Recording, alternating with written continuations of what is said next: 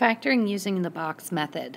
So when you go to factor using your box method, you start with your trinomial, like number 1 here, and I say, okay, I'm going to create my box here with 4 different sections. In section number 1 goes x squared. So top left is x squared, bottom right is term 3, so is positive 18. To get the other 2 boxes, I multiply x squared times 18, so I get 18x squared. And I think to myself, what 2 factors of 18x squared add together to get 9x, but multiply to get 18x squared? And that's 3x and 6x.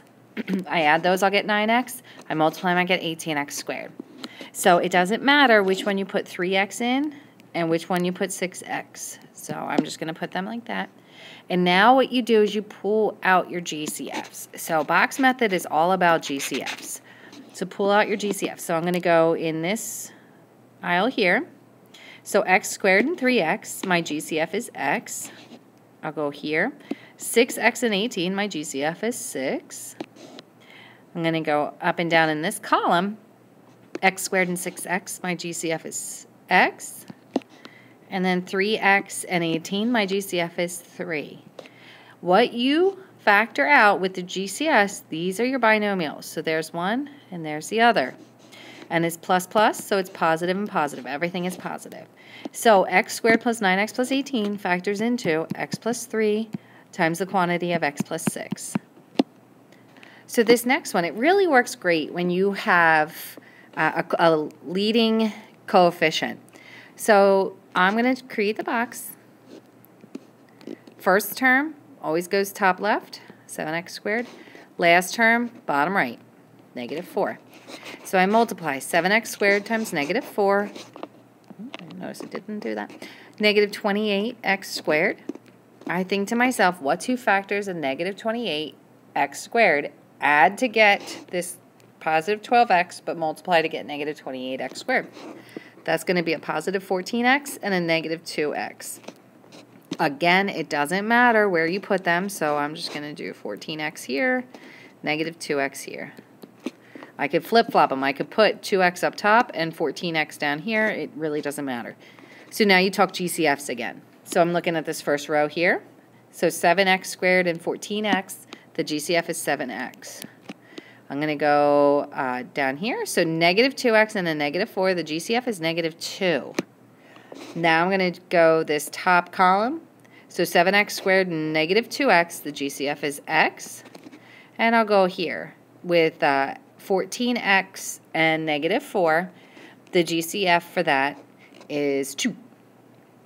So this is going to create my binomial. So there's one and there's the other. So I have 7x minus 2 times the quantity of x plus 2. There it is. And I can check to see if I'm right. So 7x times x is 7x squared. So that brings me back to this one. 7x times 2 is positive 14. And then negative 2x times x is negative 2. So positive 14, negative 2. Put them together, I get a positive 12. And then negative 2 times 2 is a negative 4. So it works. It went right back. Sometimes if you can't figure out exactly if it's going to be plus plus, minus plus, plus minus, what it's going to be, you can just go through the process. So I'll do it with this one. So 3x squared and 2. Multiply, you get 6x squared. Figure out the 2 factors of 6x squared. That multiply to get 6x squared, but add to get 5x. That's 3x and 2x.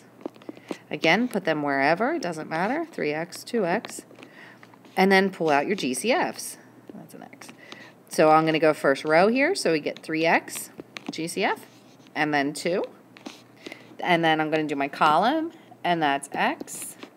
And this is 1. Okay, if it doesn't appear to have a GCF, it is 1.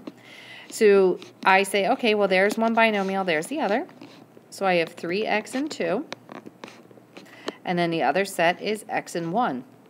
So I don't know, I can't figure out exactly what it should be, plus minus, minus plus, plus plus, minus minus. I can just start putting in, to get a plus in the end, I know it has to either be plus plus or minus minus. To get the plus in the middle, everything has to be positive, so it has to be plus plus. But if this was minus back here, I could put a plus in this binomial and a minus in this one, and try and FOIL it and see if it works.